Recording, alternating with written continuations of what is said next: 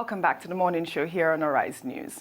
Joining me now is the founder of Send a Girl to School Initiative, a social action project that facilitates access to quality education and promotes gender equality. The initiative partners with low-cost private schools and sponsors the education of girls and young women from low-income families at high risk of dropping out of school due to financial difficulties. Elizabeth, welcome to the morning show. Thank you so much for having me today. Thank you so much for joining me. Okay, tell us about yourself, first of all. Okay, so my name is Elizabeth, as introduced, and I was born and raised in Lagos. I've lived here for most of my life. And then I moved to the UK in 2013 for university, which is where I currently live and work. So I have 3 law degrees. And wow, you have 3 law degrees? Wait, how old are you? I'm 23. Okay, thank you. So I chose to specialize in human rights and humanitarian law, and my passion is in international development, and this is where my long-term career interests lie. So at the moment, I currently work in the energy sector, so I work for Shell in the retail space. Wow. So I work for the UK and South African markets for the retail side. That's amazing. All right, tell us about your project. Yeah, so my Send a Girl to School Initiative. So the name of the project is Send a Girl to School Initiative, and I founded it in December 2018. So like you mentioned, it's a social action project. So these are small-scaled NGOs, and the focus on the grassroots and on specific issues. So Send a Girl to School Initiative facilitates access to quality education, and it also promotes gender equality in Nigeria, and this is in line with Goals 4 and 5 of the United Nations Sustainable Development Goals. So what we do is we provide scholarships as well as workshops for girls and young women at risk of dropping out of school in Nigeria. Wow. Okay, so tell me, what motivated you to start this NGO? Okay, so I've always been actively involved in the charity sector and the human rights sector. I have a long range of experience in this area. So, for example, while I was at the University of Cambridge, I was a researcher for the Cambridge Pro Bono Society. So I conducted research for the Inter-American Court of Human Rights. Similarly, I also worked on a prisoners' rights project where we were advocating for the rights of prisoners. And we had a chance to present our research at Her Majesty's Prison, Warren Hill. Really? So this is something I have been doing in the past. And also at the moment, I'm a youth ambassador for ONE. So ONE is an international advocacy and campaigning organization that fights against extreme poverty, and they raise awareness about such issues, and they garner support for programs and policies that work to improve people's lives. So as a youth ambassador, I raise awareness about ONE's petition, what ONE is working on, and we try to get politicians to support ONE causes. So one of our focus for 2019 was the Global Fund to End AIDS, Tuberculosis, and Malaria. And our goal was to have 200,000 signatures. And at the moment, we have over 150,000, which is amazing. Wow. Yes. And ONE does work in a number of countries. Works in Nigeria as well, in France, in Belgium, all over the world. So my 1-year tenure is coming to a close now, but it's been an amazing experience, and it's been amazing working with ONE. So I've just highlighted these experiences just to show that I've always been actively involved in the charity sector. And then at one point, when I started to reflect, I saw that a lot of what I was doing was on the international space. And then I started to think, how can I contribute to Nigeria itself? How can I contribute to the people around me and to the communities around me? This is why I started to get more involved in charities in Nigeria itself. But because I wasn't living in Nigeria, what I could really do at the beginning was just contribute financially, just because I wasn't physically present. But then I also wanted to do more and contribute in bigger ways. So around this time, I had a friend who was accepted onto the British Council Active Citizen Program. And this is a program that trains people to become active citizens and to make a change in society, be it in human rights, education, different areas. And I thought this was an interesting program, and I would look into it. And when I started to research, I thought this was something that was a good fit for based on my background, my experience, and my skills. So I applied for it, and I actually did get into it. So my formal training will be next month, which I'm looking forward to and excited about. So part of the program, it trains people to start social action projects, which are these projects by youth, where you can target specific issues in your community. So it's a bit different from the big size NGOs that we're used to. So it's a bit of the startups of the charity sector. So we're smaller size and we target specific issues. So right now, 2019 was the year is almost over, the pilot year for the social action project. So we got to learn a lot of new things, make relationships, make mistakes as well. So I'm really excited that I have my formal training with the British Council next month. So then I can take the learnings I've made so far, and I know the skills I need to develop and then the gaps to cover. All right. Well, so tell me, what are some of the challenges that you have faced so far with this? Quite a number of challenges already, to be honest. I think just because we're new, it was founded in December 2018, so just laying the groundwork, establishing ourselves has been a bit difficult. And one of the difficulties, which would be the case for any non-profit, has been raising funds. Of course, I've received a lot of support from my family members and my friends, which Your I've been really family grateful members. for. Well, we'll go into that in a little bit. Yeah, so that's been amazing. And so now that we've had a year to actually produce a lot of results, I expect that from 2020 to be able to get more corporate funding, more established sources of grants for NGOs. So that's it. And the other one has been establishing working relationship with organizations. So I found that for the organizations in the private sector, it was actually a lot more easier compared to organizations in the public sector, the state organizations. But I think the more we continue to work, the more we establish ourselves, we have credibility, the evidence, it makes things easier. And I think also not being fully based in Nigeria has made things a bit difficult. I'm sure. Yeah. So do you plan on moving to Nigeria? In the medium to long term, yes. But at the moment, I have a team that are on ground in Nigeria, and they've been amazing. They've supported me with everything.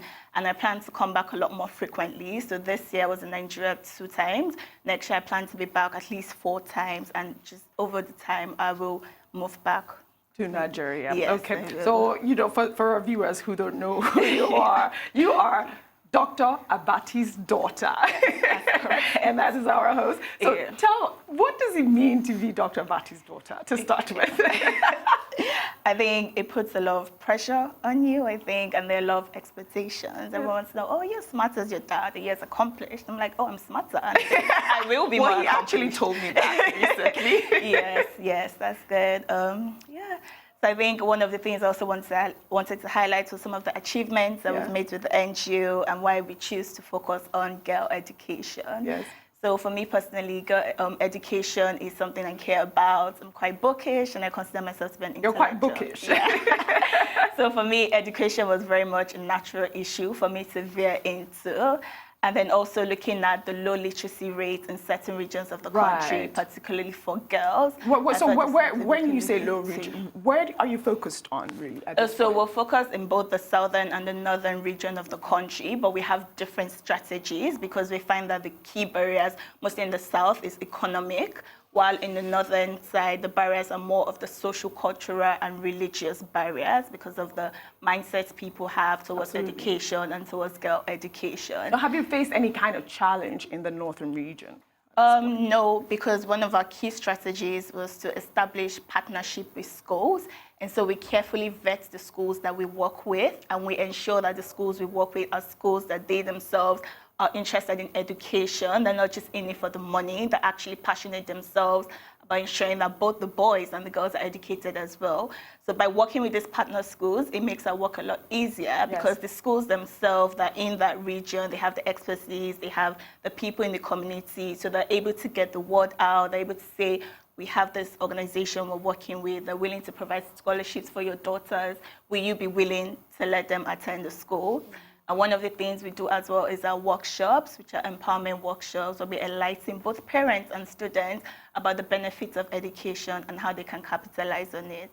So one of my favorite economics, Esther Duflo, she actually won a Nobel Prize this year. So one of her research centers on the benefits of education, and people, especially parents, have this mindset that you have to complete primary education or secondary education and have your way for education to be beneficial, when in reality, even just 1 additional year of education is highly beneficial. Yes. And this is something we've latched onto and we've made as part of our narrative. So we send this message out to parents. There's research, Esther Duflo and Abhijit Banerjee. We have the statistics to show that even one additional year is useful. So what we don't want is for parents to have the mindset that I can't afford the 6 years of secondary school, so I'm not going to bother, or I can't afford the 6 years of primary school, so I'm just not going to bother. So we try to get them to know even 1 year is okay. Yes. Let this child go into year 7, year 8, year 9, it's fine. Each additional year brings tremendous benefits. Now you are just focused on the girl child. Yes, you have we're this just girl. focused on the girl Are you child. planning in the future to have send a boy to school initiative? No, we are not, because we find that the literacy rate is disproportionate when it comes to girls. Girls are less likely to be have you done that research in Nigeria? Well, there's a lot. UNICEF has done this already, and they found that more than half of the girls in northern Nigeria are out of school. So like I referenced earlier, in the South, the major barrier is economic, so not being able to afford it. And then you find that if, for example, a parent can only afford to send one child to school, it's going to be a boy. And so this is where we work with the schools and we ensure that. So 2 of our partner schools, we have one Kennedy private schools, and another is Bridge International Academies. So Bridge is actually a social enterprise. They have schools in Kenya, Liberia, Uganda, as well as Nigeria. So it is a very established institution. And just like we do, they're very passionate about education and girl education. So like I said, working with the school ensures we're able to work towards our aims and achieve what we want to achieve. Okay, just in case, where can people reach you? Where can people reach your NGO? Yeah, so they can go on www.sendagirltoschool.org. That's our website. And they can also send an email to info@sendagirltoschool.org or to me directly at elizabeth.abati@sendagirltoschool.org. Amazing. So we're going to talk about you right now, Elizabeth Abati. So besides all of these things that you do in the NGO, what else do you do? What else do? I do quite a lot, I think. Well, with your 2 law degrees, let's start with that. 3, actually. 3, you said 3. Okay. So I completed my bachelor's in 2016, then I went to law school in 2017, then I got my master's from Cambridge in 2018. Yeah. So up to about 2018, my life has really just been education, which is what my father wanted. He would be happy for me to be doing a PhD at the moment, so I just wanted to take a break. So I work for Shell now. I work in the energy sector. So I work on the retail side. So in the long term, I want to go into more of a renewable energy space, but I'm working towards that now. Okay. So now that you're back and forth in Nigeria, correct? Yes. What do you think that we lack here, really, in terms of? That's a very heavy question. No, it's not. Okay. So can you be more specific, like in relation to maybe women? In relation to in relation to what you're doing with the what I'm doing. I would say in general, as a young woman, I would say a lot more opportunities are available to me. People are able to take me at face value. They're able to listen. So I have to say, I walk into a room with my credentials. I say, at 21, I had 3 degrees. Right. I'm a first-class graduate. I'm a Cambridge graduate. People are ready to listen to what I have to say. They see me as this intelligent woman. She's clearly done her work. She's done her research. She'll have a lot to say. But then you come to Nigeria, you're someone's daughter. You're someone's wife. Wow. You're someone's sister. You're not really a person in yourself, know. And I'm very proud to say that I'm a feminist, which for some reason is still very much a political statement in Nigeria in 2019. It is. So I think we still have a long way to go when it comes to gender equality, when it comes to viewing women and our roles.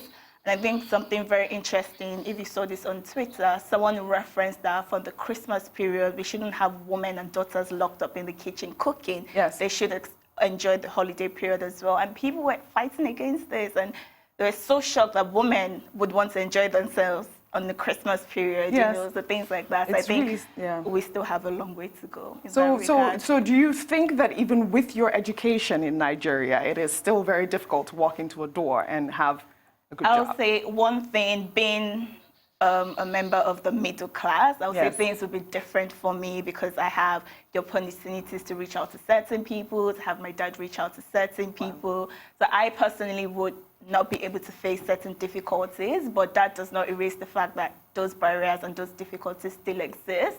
And so we know the shenanigans that occur when it comes to women trying to get jobs, trying to move up, and even the perception that comes with it when you're a woman with money, a woman in a high position. People try to make insinuations, and those are unnecessary. So we still have the struggle. Fantastic. Elizabeth, Thank you so much for joining me. And you are amazing. Thank you so much for and I'll having say me. maybe you're smarter than your dad. Thank you so much.